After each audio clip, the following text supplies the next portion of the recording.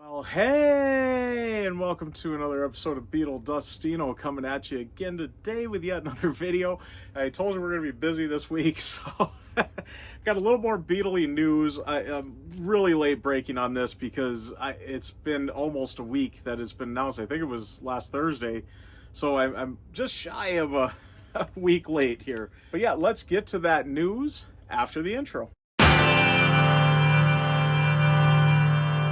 So, of course, we all know there is the Sam Mendes Beatles biopics coming up here soon in the next few years. Well, we got a pretty good idea of now the month and the date, or the month and the year that they're going to be released, not the date. We don't know that yet. Sam Mendes, the director, is making four biopics based on the Beatles. So the Beatles biopic isn't going to be just condensed into one movie about all four of the guys. It's going to be four movies. Which makes sense because there's a lot to get in there, based on the perspective of each of the four Beatles there. So John, Paul, George, and Ringo. And we just got announced not only the month and the year that it's coming out, which will be April 2028. It seems like a long ways away, but the way time flies lately, it seems to go by so fast that it's going to be here in no time. It really is. I really feel that. And we not only got that date though released, but we also now know the cast who is playing John, Paul, George, and Ringo. And, everybody's been kind of doing videos on this and kind of, what their feelings are on it, that, oh, they don't really look like, John, Paul, George, or Ringo or whatever. I don't know. I think there's ways that they can do this. I'm somewhat of a fan of the musical biopic, and there seems to be a lot. I really started paying attention. Ray came out. I absolutely loved that movie. Walk the Line with Johnny Cash. I loved that one. I'm just trying to think of the ones that I really liked. Bohemian Rhapsody, I really did like. I know there's a lot of people that didn't, but I did like it. It was a fun movie. I don't know a ton on Queen. I'm not the biggest Queen fan, but I'm a big enough Queen fan. I got a little of it, but so I don't have the real documentaries on them, in my mind on it. But I also know not to take, what's shown in there as totally 100%. And I think that's how it's going to be on any of these. I did see the Rocket Man one on Elton John. That was pretty decent. I enjoyed that movie. And just recently I did watch A Complete Unknown about Bob Dylan. Really enjoyed it. Now, one thing, I got to say is a lot of the acting on this and a lot of the actor that plays the part, it's a lot of the mannerisms, the dialect, stuff like that. Just getting the hair right a lot of times is it. And then they'll do a little prosthetic on the nose or the ear or something. So I'm not too worried on that if these guys don't totally look like the Beatles, because I think that's part of why they're the actors that they are. They're trained to, learn these dialects and these, mannerisms and stuff like that. They study this. That's what an actor does. Studies another person to become somebody that isn't them and, portray that. And that's why they do end up winning awards and that. When they do so well that, it kind of, goes out there. And, the one that I forgot was Elvis. I totally forgot that one. Speaking of winning the award and totally portraying the guy that they're playing, holy crap, how good was that one? That was one I really enjoyed too. What I kind of want to look at in this though is just kind of go through some of their filmography on this, starting with the director there, writer director Sam Mendes, and surprised how many of his movies I have seen. Now most of these he was just the director, but he hasn't really done the producing, writing, directing until the last couple of them here. But I've seen American Beauty. I was a big fan of it. I've seen Road to Perdition. I don't remember being as huge of a fan of that, but I've seen it. Jarhead I've seen, and really did like that one. I know I've watched that one once or more than once, I guess I'll say. I'm a big James Bond fan. I've not really talked about that much on here, but he's done 2 James Bond movies, and one of them is probably one of my favorite James, at least definitely my favorite of the Daniel Craig era, but Skyfall, and then Spectre, which is not a bad film either. And then he did that 1917 movie on World War I, and that was absolutely fantastic. So I've seen all those, absolutely loved all those movies. As a matter of fact, I've got several of these in my DVD collection. American Beauty, I know I got on DVD. Road to Perdition, Jarhead. I'm shocked I don't have Skyfall, but I do have Spectre. I do got the Blu-ray on, actually the 4K on Spectre. 1917 I don't have yet, though, on that, but that's kind of irrelevant and not really makes a lot on that. But I've seen a lot of his work and really kind of know who he is, and he makes some pretty spectacular movies. So that right there alone should say a lot.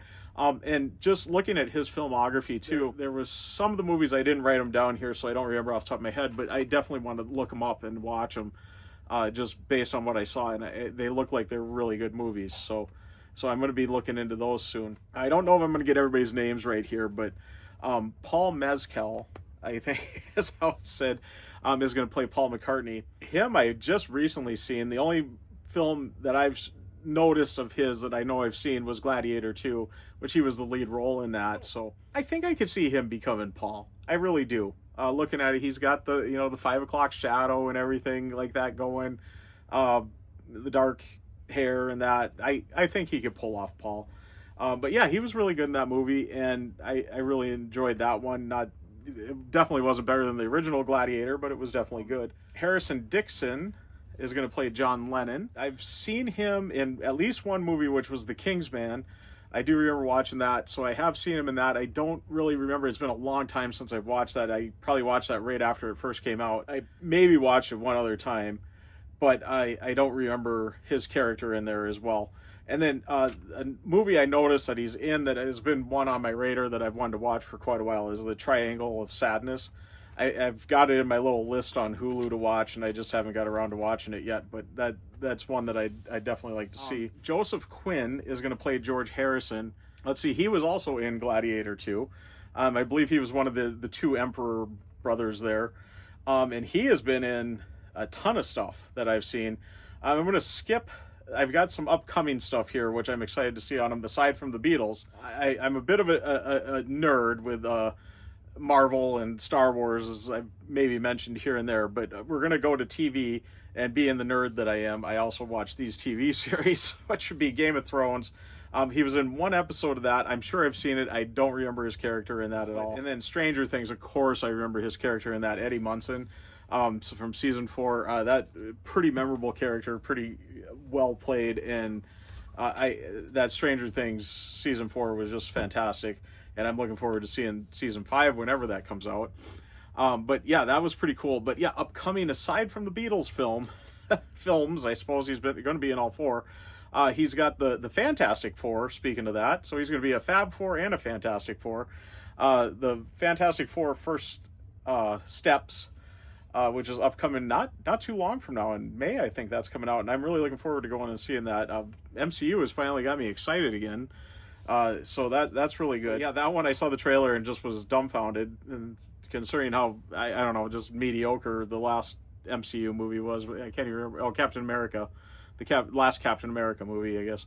But then if he's in Fantastic Four playing Johnny Storm, the Human Torch, that means he's going to be in the upcoming Avengers Doomsday film, which will be absolutely fantastic if they can recreate even a partial bit of how good Endgame is. Infinity War? Yeah, Infinity War and Endgame were. Yeah, that Doomsday should be fairly good. Joseph Quinn, I've seen a lot, and yeah, that's pretty awesome. He's going to be playing George, and I'm sure he's going to pull it off just fine. The last one, of course, playing Ringo will be Barry Cohen, I think, maybe Keoghan. I don't know.